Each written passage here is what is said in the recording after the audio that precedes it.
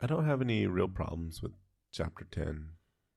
Um, nothing that I feel like some people need to go back and read their Bibles, take some of this to heart.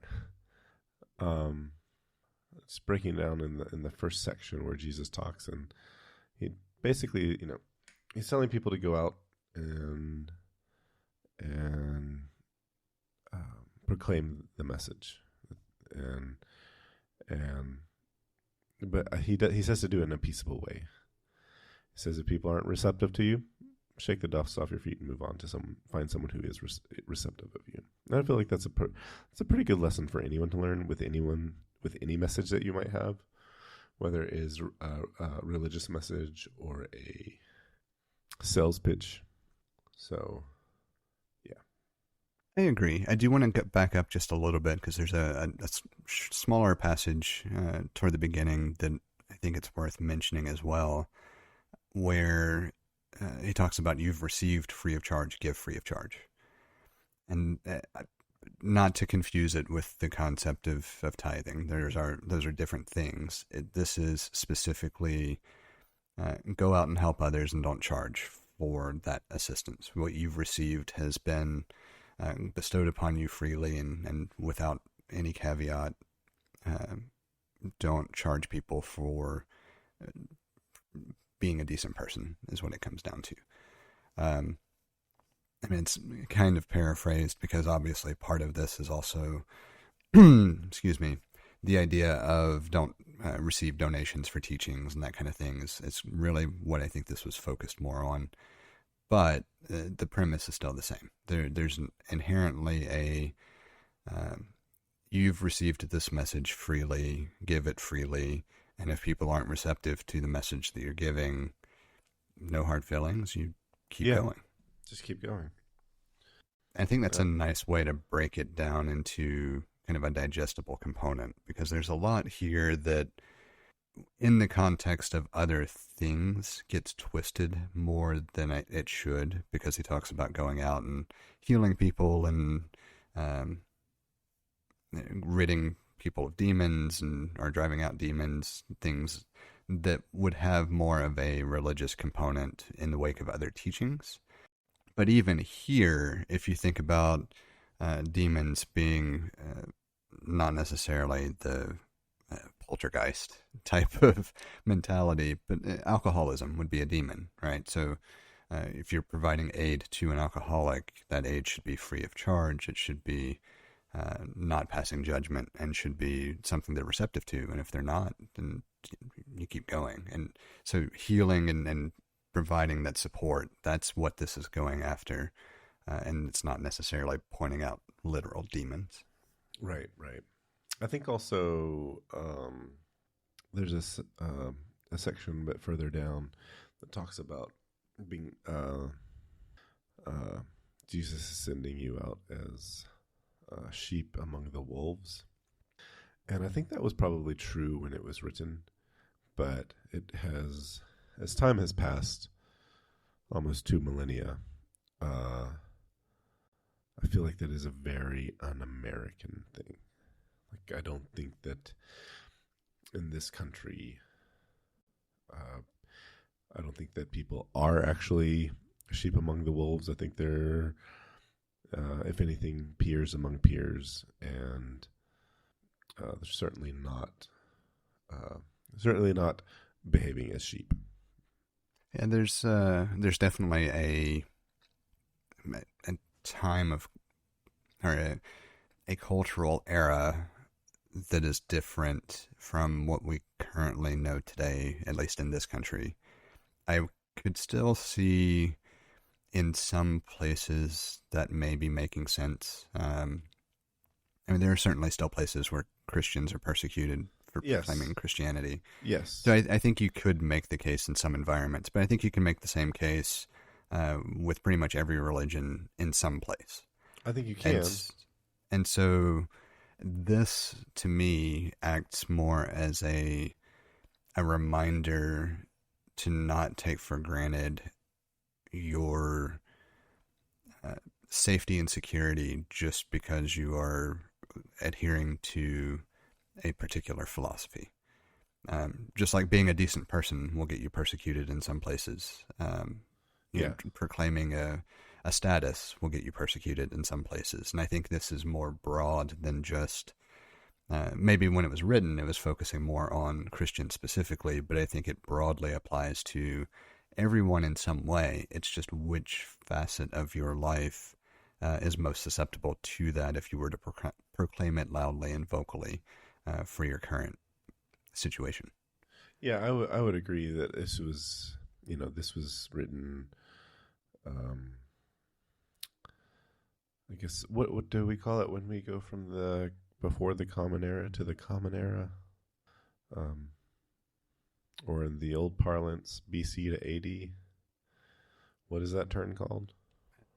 I know what you're referring to, but I haven't heard the term in so long. I don't know.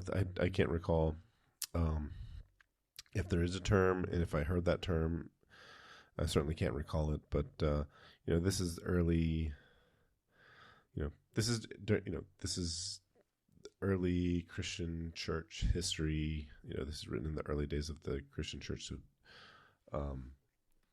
this is written, or this is supposedly Jesus saying this to his followers when they're occupied by the Roman Empire. So, yeah, I think this is totally applicable to them, literally. But like you said, it's in some places around the world. Yeah, this is still applicable in a literal in the literal meaning of this is applicable. But the Christians that I know here in the United States, this is not applicable. But they've somehow turned it into. I've seen folks turn this into. They remove school prayer, so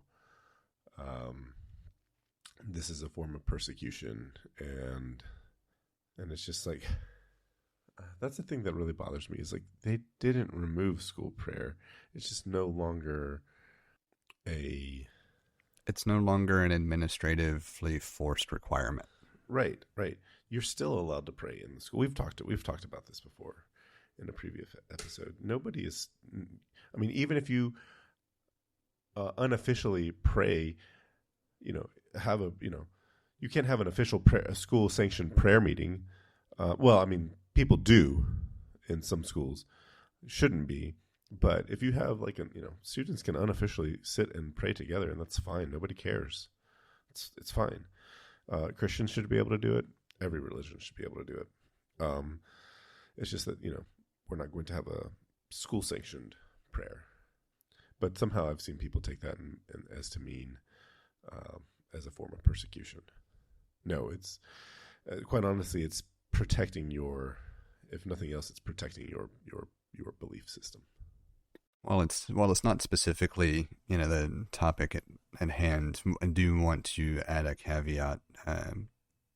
There's a huge difference between being persecuted and having something no longer be forced upon a group of people without exception. And that's what most people don't understand. Like, just because it's no longer a required component of your day-to-day life doesn't mean you don't have the right to still engage in it.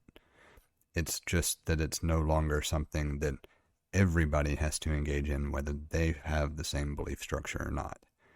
And that's not persecution. Persecution would be coming after you violently for engaging in prayer. Just to give the counterexample. Exactly. But it boils down to the same thing that I've seen time and time again. Rights for others does not mean the removal of rights for self. And a lot of people have problems understanding that concept. You can protect somebody else's right to do something without removing your right to do something. The only time rights are removed or restricted is when they infringe upon another person's right. Theoretically. I mean, we could get into a debate about that in some instances, but theoretically, that is what it means to have rights protected. And just to bleed it back into the actual topic at hand, there's also a section that talks about when they persecute you in one place, escape to another. It talks about how brothers will betray brothers, fathers children, children rising up against parents. There's a section that is often misquoted and used to further illustrate this idea of persecution. And that's not what this is actually saying. One of the things that is kind of interesting here is that it's the general state of the world that betrayals will happen when differing belief structures exist.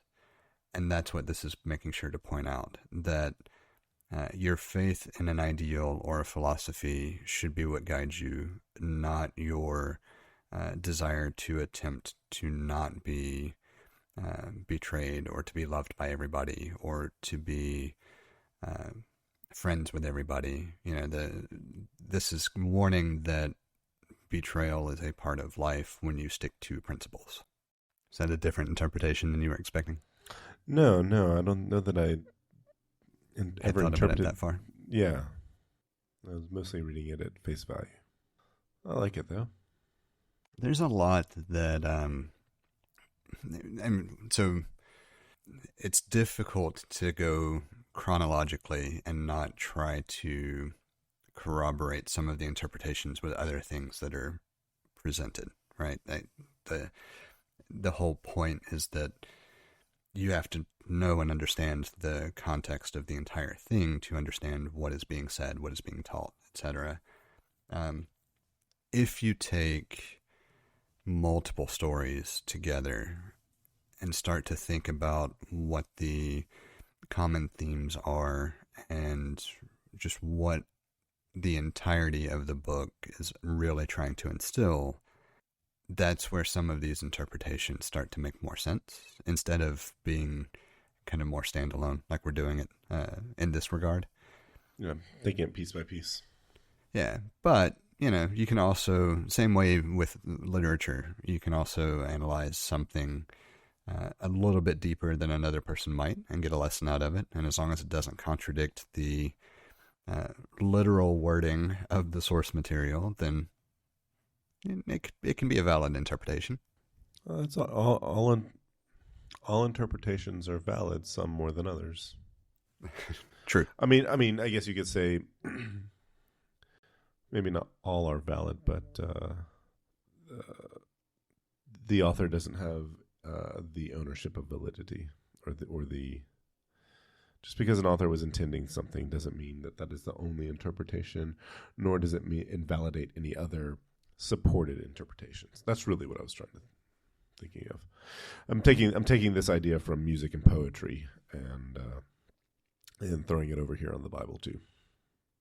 Yeah, I mean, it works because especially when you think about, not only are you attempting to understand substitutions in language from a translation perspective, or even a lack of a clean translation and trying to pick a word that might make sense for whatever the text is translated to, but you're also trying to pick up the nuance of how phrases were used and words were used that have evolved and changed over centuries and now millennia.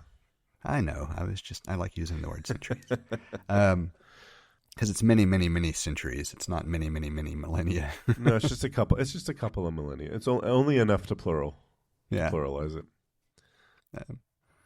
But yeah, overall, I don't know that I have much else to say about this stretch of words.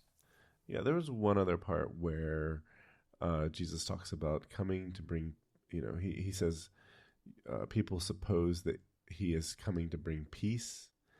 But he's actually, but he's coming with a sword instead, and I think that has been misinterpreted by some folks to mean that you shouldn't be sitting down and taking things lightly, or